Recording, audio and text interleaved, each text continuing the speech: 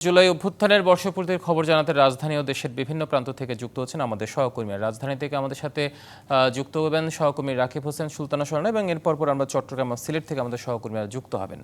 আমরা শুরুতেই রাকিবের কাছে যেতে চাই। রাকিব আছেন যাত্রাবাড়িতে। রাকিব, গত বছর যে অভ্যুত্থানটি হয়েছিল যাত্রাবাড়ি, ঢাকার যে প্রবেশমুখ, সেখানে প্রায় বলা যায় একরকম সবচেয়ে বড় প্রতিরোধ ছিল সেই জায়গাটিতে। এক বছর ঠিক পর কেমন দেখছেন সেখানকার চিত্র, আর স্থানীয়রা কি বলছেন? আমি আসলে সকাল থেকে যাত্রাবাড়িতে ছিলাম। যাত্রাবাড়ির আসলে সার্বিক পরিস্থিতি আপনাকে আমি জানিয়েছিলাম এর আগের বুলেটিনে, ঠিক 1 ঘন্টা আগে। কারণ যাত্রাবাড়ির মানুষের কিন্তু নানা ধরনের আসলে ক্ষোভ রয়েছে এবং তারা বিচার নিয়ে যেই জুলাই গণহত্যা হয়েছিল, এই হত্যার বিচার নিয়ে নানা প্রশ্ন কিন্তু সাধারণ মানুষের ছিল, সেই কথা আমি জানিয়েছিলাম। এখন আছি আমি রাজধানীর রামপুরা এলাকায়। রাজধানীর যেসব গুরুত্বপূর্ণ পয়েন্টে আসলে জুলাই আন্দোলনের দুর্গ পরিণত হয়েছিল, সেরকম একটি জায়গা, গুরুত্বপূর্ণ পয়েন্ট হচ্ছে এই রামপুরার যে সড়কটি রয়েছে সেই সড়কটি।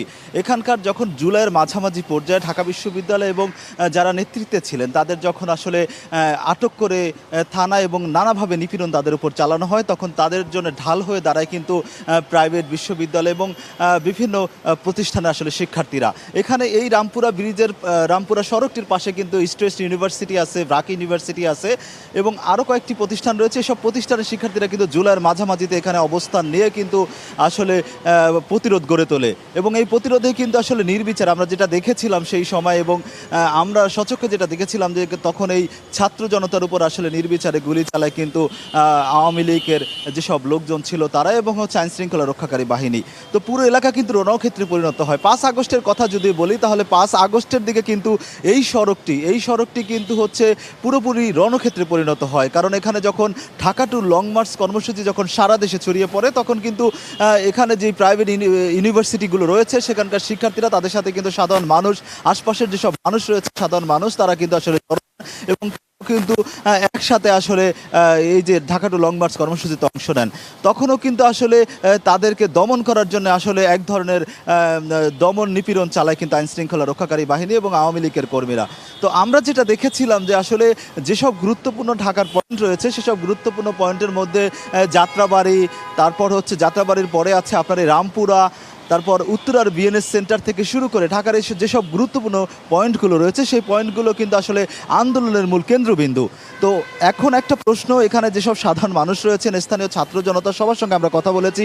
এই যে 1 বছর সরকার পতনের 1 বছর, গত বছরের 5 আগস্ট থেকে এই আজকের 5 আগস্ট অনেকটা পরিবর্তন হয়েছে, স্বাভাবিক হতে শুরু করছে দেশের আইন শৃঙ্খলা থেকে সব কিছু। যেমন এখানে যেই ভবনগুলো, বেশ কয়েকটি ভবন, বিটিভি থেকে শুরু করে কয়েকটি ভবন আসলে অনেকটাই ধ্বংসস্তূপে পরিণত হয়েছিল, সেগুলো আসলে ঘুরে দাঁড়িয়েছে, সবই ঠিক আছে। কিন্তু যেই জুলাই হত্যাকাণ্ডের যেসব বিচার নিয়ে নানা প্রশ্ন কিন্তু সাধারণ মানুষের মধ্যে রয়েছে। তারা যেটা বলছেন যে আসলে যেসব যারা অপরাধী আসলে তাদের বিচার আসলে দ্রুত সময় হচ্ছে না, এরকম দাবি কিন্তু তারা তুলছেন।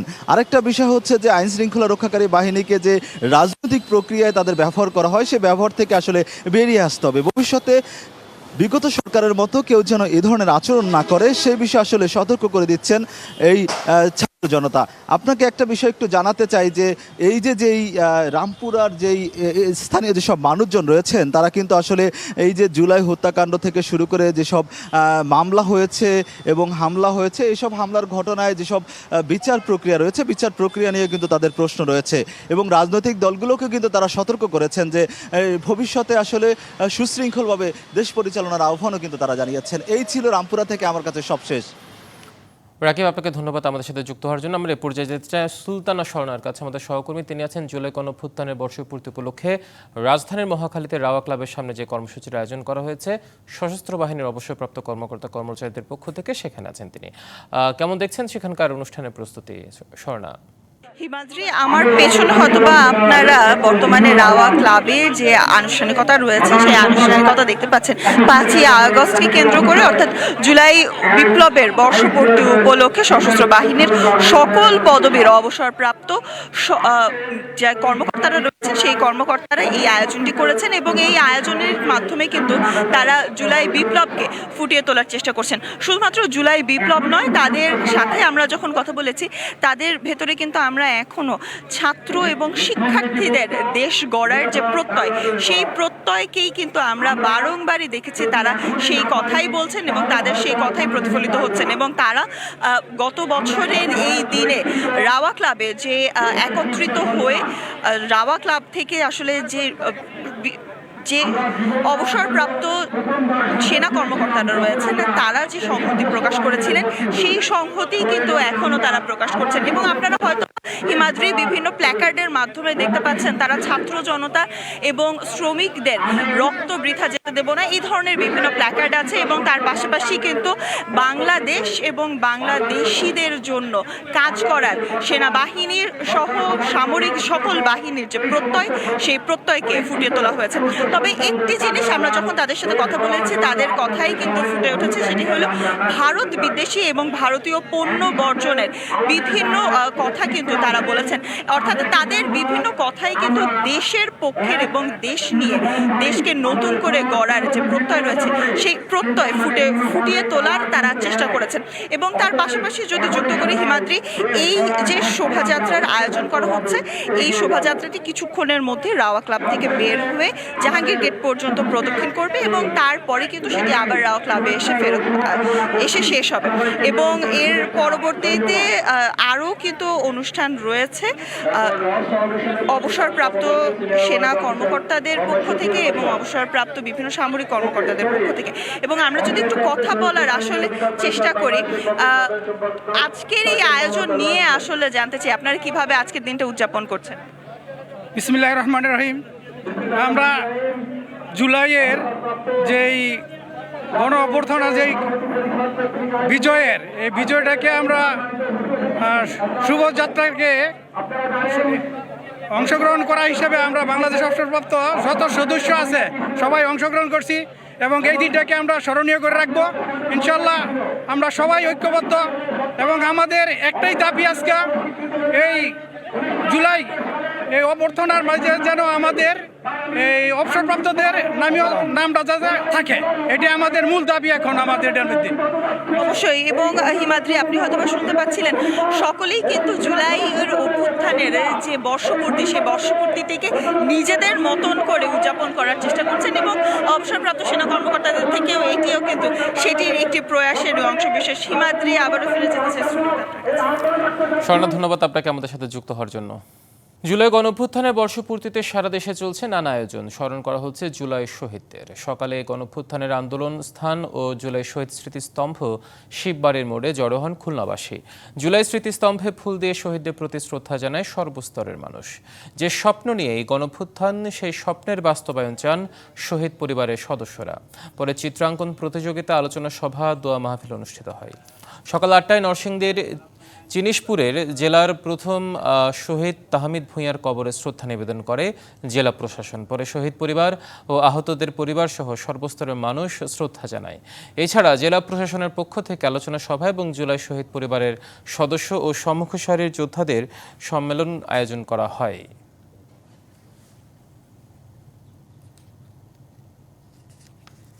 দর্শক, জুলাই গণঅভ্যুত্থানের বর্ষপূর্তির আরও আয়োজন নিয়ে জানাতে সিলেট থেকে মুহূর্তে আমাদের সাথে যুক্ত হচ্ছেন সহকর্মী প্রত্যুষ তালুকদার। প্রত্যুষ, গণঅভ্যুত্থানের বর্ষপূর্তিতে সিলেটে কি কি কর্মসূচি আছে দিনভর, আর কেমন দেখছেন সেখানকার অবস্থা জানাবেন আমাদের। আমি এখন রয়েছি সিলেট জেলা শিল্পকলা একাডেমি অডিটোরিয়ামে। তো সিলেটে কিন্তু আজকে দিনভর নানা আয়োজন রয়েছে। তো প্রথমে আমি জানাতে চাই এখানে যে আয়োজনটি রয়েছে সেটি হচ্ছে জুলাই গণ অভ্যুত্থান 2024 শহীদ পরিবার ও জুলাই যোদ্ধাদের সম্মিলন অনুষ্ঠান। এবং ইতিমধ্যেই কিন্তু সকল অতিথিরা এসেছেন, তবে মঞ্চে কিছুক্ষণের মধ্যে তারা উপস্থিত হবেন। এখানে আয়োজনটি হচ্ছে জেলা প্রশাসনের উদ্যোগে এবং আমরা দেখেছি এরই মধ্যে আসলে বিভাগীয় কমিশনার, জেলা প্রশাসক সহ সবাই সংশ্লিষ্ট যারা কর্মকর্তা রয়েছে সকলেই উপস্থিত হয়েছেন। এর পাশাপাশি কিন্তু এখানে রয়েছেন যারা জুলাই যোদ্ধা, যারা তাদের পরিবার অনেকেই আছেন এবং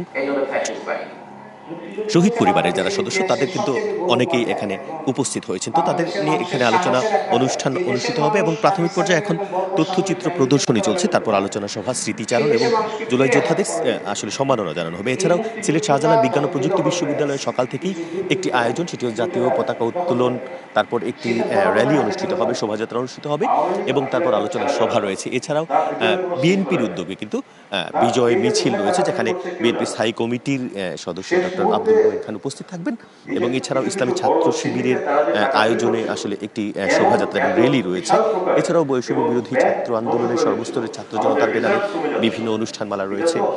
পাশাপাশি আসলে ইসলামী আন্দোলন বাংলাদেশ এবং এছাড়াও বিভিন্ন সংগঠন এবং বিভিন্ন সামাজিক সংগঠন সহ নানান ধরনের আয়োজন রয়েছে। তো সবকিছু মিলিয়ে আসলে এখানে যারা এসেছেন বা আসছেন অনুষ্ঠানে যারা উপস্থিত হচ্ছেন সকলেই বলছেন যে আজকে আসলে স্বৈরাচার পতনের 1 বছর যে ছাত্র জনতার গণ অভ্যুত্থানের মাধ্যমে যে বিজয় অর্জিত হয়েছে রক্তের বিনিময়ে, সেই বিজয় ধরে রাখা এবং আগামী বাংলাদেশ বিনির্মাণে যে সকল দিক নির্দেশনা কিংবা শহীদ পরিবার, ছাত্র জনতা কিংবা স্টেক হোল্ডারদের যে সকল স্বপ্ন, সেই স্বপ্নগুলো বাস্তবায়নের লক্ষ্যে আসলে এই উদযাপন এবং আগামীর সুন্দর বাংলাদেশের জন্যই তাদের এই আয়োজন। তো দিনভর সব আয়োজন নিয়ে আমি চেষ্টা করবো আপনাদেরকে পরবর্তীতে আরো আপডেট জানানোর। কিংবা এই ছিল সিলেটের আয়োজনের খবর। নিশ্চয়ই, ধন্যবাদ আপনাকে আমাদের সাথে যুক্ত হওয়ার জন্য প্রত্যুষ। জুলাই গণঅভ্যুত্থানের বর্ষপূর্তি উপলক্ষে ঢাকার মানিক মিয়া এভিনিউতে বর্ণাঢ্য অনুষ্ঠানের আয়োজন করা হয়েছে। রাজধানী সহ বিভিন্ন স্থান থেকে লোকজন এসে জড়ো হচ্ছেন অনুষ্ঠান স্থলে। দিনব্যাপী আয়োজন উপলক্ষে আশপাশের এলাকায় নিরাপত্তা জোরদার করা হয়েছে। আমাদের সহকর্মী রিফাত তাসনুব আছেন সেখানে, তিনি আমাদের সাথে যুক্ত হচ্ছেন। রিফাত, বিকেল 5টায় ঘোষণাপত্র পাঠ করবেন মাননীয় প্রধান উপদেষ্টা। তার আগে দিনব্যাপী বেশ কিছু আয়োজন আছে, তো এখন কি আয়োজন চলছে সেখানকার সার্বিক অবস্থা জানাবেন আমাদের। হিমাদ্রি, ছাত্র জনতার গণঅভ্যুত্থানের ঐতিহাসিক যে দলিল জুলাই ঘোষণাপত্র আজ ঘোষণা করা হবে। অন্তর্বর্তী সরকার প্রধান সেটি ঘোষণা করবেন বিকাল 5টায়। আসলে সেই অপেক্ষায় কিন্তু সবাই রয়েছে। বিভিন্ন রাজনৈতিক দলগুলো যেমন রয়েছে, সারা বাংলাদেশের মানুষই কিন্তু রয়েছে। আপনি জানেন যে 1 বছর পার হয়ে গেছে। সেই উপলক্ষে নানান প্রস্তুতি এর কয়েকদিন আগে থেকেই শুরু হয়ে গেছে। আজকে চলছে শেষ মুহূর্তের প্রস্তুতি। মানিক মিয়া এভিনিউর চিত্র যদি একটু আপনাদেরকে দেখায় তাহলে দেখতে পারবেন এরই মধ্যে কিন্তু সাউন্ড সিস্টেম, তারপরে যে নিরাপত্তা ব্যবস্থা সবকিছু জোরদার করা হয়েছে এবং একেবারে চূড়ান্ত পর্যায়ে কাজ শেষ হয়ে গেছে। আর কিছুক্ষণ পরেই এখানে আসলে এখনই লোক জড়ো হতে শুরু করেছে। আর কিছুক্ষণ পরেই 11টার পর থেকে কনসার্ট শুরু হবে এবং বিভিন্ন শিল্পগোষ্ঠী এখানে আসবেন, এখানে তারা অংশ নেবেন, তাদের বিভিন্ন যে পারফরমেন্স সেগুলো তারা তুলে ধরবেন এবং বিকাল 5টায় মাননীয় প্রধান উপদেষ্টা ঘোষণাপত্র পাঠ করবেন এবং তার সাথে থাকবেন বিভিন্ন রাজনৈতিক, বিএনপি একটি বড় দল, বিএনপি সহ বিভিন্ন রাজনৈতিক দলের যে প্রতিনিধি দল তারা সেখানে থাকবেন। একই সাথে জুলাই শহীদ পরিবারের প্রতিনিধি এবং আহত জুলাই যে সদস্যরা রয়েছে তারাও এখানে আসার কথা রয়েছে। এবং যতটুকু বলা হচ্ছে ঘোষণাপত্রে আসলে সরকারের বর্তমান যে তারা যে দায়িত্ব আসলে গ্রহণ করেছেন, বিভিন্ন রাজনৈতিক পরিস্থিতি, অর্থনৈতিক পরিস্থিতি, এছাড়া ভবিষ্যতে আসলে সরকার কি ভাবছে, প্রশাসনিক সংস্কার কতটুকু হয়েছে, এই বিষয়গুলো তা এখানে তুলে ধরা হতে পারে। নির্বাচনের বিষয়ে কোনো ঘোষণা আসতে পারে কি না সেই বিষয়টিও কিন্তু আসলে এখন অপেক্ষার বিষয়, এখন দেখার বিষয়। যেহেতু এই জুলাই ঘোষণাপত্রের জন্য অধীর অপেক্ষায় আছেন সারা বাংলাদেশের মানুষ, আগেই বলেছি। আর এখানে কয়েক স্তরের নিরাপত্তা ব্যবস্থা জোরদার করা হয়েছে এবং এখানে বেশ শান্তিপূর্ণভাবে আসলে সবকিছু করা হচ্ছে, সুন্দরভাবে এখানে সবকিছু করা হচ্ছে। রাস্তায় যান চলাচলের বিষয়টি একটু বলি, যেহেতু একেবারে রাস্তাটি বন্ধ হয়ে গেছে সেহেতু বিকল্প যে সড়কগুলো রয়েছে সেগুলো ব্যবহারের জন্য কিন্তু পরামর্শ দেওয়া হচ্ছে। তো এটি এখন পর্যন্ত এই কিন্তু ছিল মানিক মিয়া এভিনিউ থেকে সবশেষ খবরাখবর। হিমাদ্রি। রিফাত, ধন্যবাদ আপনাকে। জুলাই ঘোষণাপত্র পাঠ অনুষ্ঠানে ঢাকায় যাওয়ার বরাদ্দের ট্রেন পছন্দ না হওয়ায় রাজশাহীতে রেললাইন অবরোধ করে বিক্ষোভ করেছেন জুলাই যোদ্ধারা। এই সময় সারা দেশের সাথে 1 ঘন্টা বন্ধ ছিল রাজশাহীর রেল যোগাযোগ। সকাল 7:30টায় এই ঘটনা ঘটে। বিক্ষোভকারীরা জানান, রেল বিভাগের বরাদ্দ দেওয়া বিশেষ ট্রেনটি যাত্রা উপযোগী নয়, সে কারণে ভালো ট্রেন ও বগির জন্য রেলপথে অবস্থান নেন। তাদের স্টেশন আটকা পড়ে সিল্ক সিটি ট্রেন, বন্ধ হয়ে যায় রেল যোগাযোগ। এক পর্যায়ে আন্দোলনকারীরা 2 ভাগে বিভক্ত হয়ে পড়েন এবং উত্তেজনা তৈরি হয়। প্রায় 1 ঘন্টা পর এক পক্ষ রেল বিভাগের বরাদ্দ দেওয়া বিশেষ ট্রেনে চড়ে ঢাকা রওনা দেন, অন্য পক্ষের 35 জন সিল্ক সিটি এক্সপ্রেস ট্রেনে ঢাকা রওনা হন। দেশ এখন দাঁড়ায় আছে তাদের রক্তের ওপরে। তারা যে ঢাকায় যাবে, এই এমন একটা ট্রেন দিছে, এত বাজে অবস্থা এই ট্রেনের, ইঞ্জিনটা মনে হচ্ছে ভাঙ্গে এখনই পড়ে যাবে এমন একটা অবস্থা। প্রত্যেকটা বগির ভিতরে সিট এত পরিমাণের বাজে। এখানে যে দীর্ঘ জার্নি করবে সে পরিবেশটা নাই ট্রেনের মধ্যে, তাহলে কি করে আমরা ওখানে ঢাকায় যাব? আমরা এই জন্যে এটা অবাঞ্ছিত ঘোষণা করছি। আমরা জুলাই গণঅভ্যুত্থানের প্রথম বার্ষিকী উপলক্ষে রাজধানীর মহাখালীতে গণমিছিলের আয়োজন করেছে জামায়াতে ইসলামী ঢাকা মহানগরী উত্তর। সেখানে মুহূর্তে দলটির নেতারা বক্তব্য রাখছেন, আমরা সরাসরি সেখানে যুক্ত হচ্ছি। অনেক ভোট কাস্ট হয়েছে দেখিয়ে ভুয়া নির্বাচনের রায় ঘোষণা হয়েছিল আমরা জানি। এই 54 বছরের নির্বাচনের যে অভিজ্ঞতা সেইটা বলে গতানুগতিক ট্র্যাডিশনাল নির্বাচনে মানুষের জন্য অধিকার নিশ্চিত হয় না। সেই জন্য আমরা বলেছি নতুন পদ্ধতি, নতুনভাবে নির্বাচনের সিস্টেমে চালু করতে হবে, যেটা পৃথিবীর অনেক দেশে আছে। প্রতিনিধিত্বমূলক নির্বাচন পিয়ার, এখানে কেন্দ্র দখলের সুযোগ নেই, টাকার খেলার সুযোগ নেই। প্রতিটি মানুষের ভোটের অধিকার এখানে কাউন্ট করা হবে, তাদেরকে ভ্যালু দেওয়া হবে। গতানুগতিক পদ্ধতিতে যিনি 51% পান তিনি বিজয়ী, যিনি 49% পান উনি ফেল, তার জিরো, তার ভোট পৌঁছে যায়। কিন্তু পিয়ার পদ্ধতি সারা দেশে যে দল যে পরিমাণ ভোট পাবে সবগুলাই বিবেচনা আনবে, কাউন্ট হবে এবং সেই অনুপাতিক হারে সেই দল সেই পরিমাণ আসন পাবে। তিস্তার পানি সামান্য কমলেও লালমনিরহাটের নির্মাঞ্চলে এখনও পানিবন্দী প্রায় 12,000 পরিবার। এতে চরম ভোগান্তিতে তারা। উজান থেকে নেমে আসা ঢলের পানিতে লালমনিরহাটের গোবর্ধন, আদিতমারি, হাতিবান্ধার সিন্দুরনা ও পাটগ্রামের দহগ্রাম অববাহিকার নির্মাঞ্চল প্লাবিত হয়েছে। ঘরবাড়ি সহ রাস্তাঘাট এখনও পানির নিচে তলিয়ে রয়েছে, ফলে চরম ভোগান্তিতে পড়েছে পানিবন্দীরা। তাদের উৎপাদিত ফসলের ব্যাপক ক্ষতি হয়েছে। এদিকে পানি নেমে যাওয়ার পর নদীর বিভিন্ন অংশে ভাঙন দেখা দিয়েছে। ব্যারাজ কর্তৃপক্ষ জানায়, পানি বৃদ্ধির কারণে ডালিয়া ব্যারেজের 44টি জলকপাটই খুলে রাখা হয়েছে। তারা আশঙ্কা করছেন আগামী কয়েকদিনের মধ্যে আবারও পানি বিপদসীমা অতিক্রম করতে পারে। ভারতের লালকেল্লায় জোরপূর্বক প্রবেশের চেষ্টা করায় 5 বাংলাদেশিকে গ্রেপ্তার করা হয়েছে। সোমবার দিল্লি পুলিশের বরাতে এ তথ্য জানিয়েছে এনডিটিভি। পুলিশ জানিয়েছে, গ্রেপ্তার হওয়া ব্যক্তিরা সবাই অবৈধভাবে ভারতে প্রবেশ করেছিলেন এবং দিল্লিতে শ্রমিক হিসেবে কাজ করতেন। তাদের কাছ থেকে বাংলাদেশের পরিচয়পত্র পাওয়া গেছে বলেও জানান পুলিশ।